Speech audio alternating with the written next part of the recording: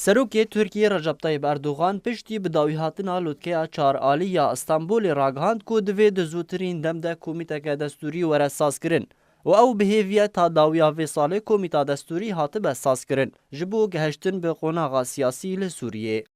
جالی خو و استیفان دیمستورا شاندر ناودولتی جبو سوریه راگهاند کو رژیم اسد آستانگیان لپیش درست کرنا کومیتا دستوری درست دکه و ناهله کار کمیته پیش بکوه. دیمستورا سربار کر کو رژیم اسد نخوازه کو هز ناونتوی دستوردانیان جه سرپرشتیا کومیتا دستوری بکه.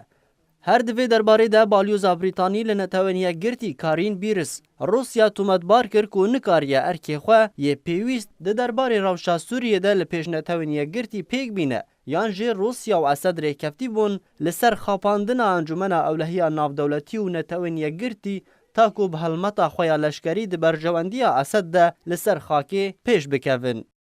جالی خواه اندام پولیت بیرو پارتیا دموکراتا کردستان سوریا مصطفی جمعه راگهاند کو درست کرنا دستور سوریه مجارا هری گرنگد پاشا روژه ده تاوی کو رژیم نرازیه.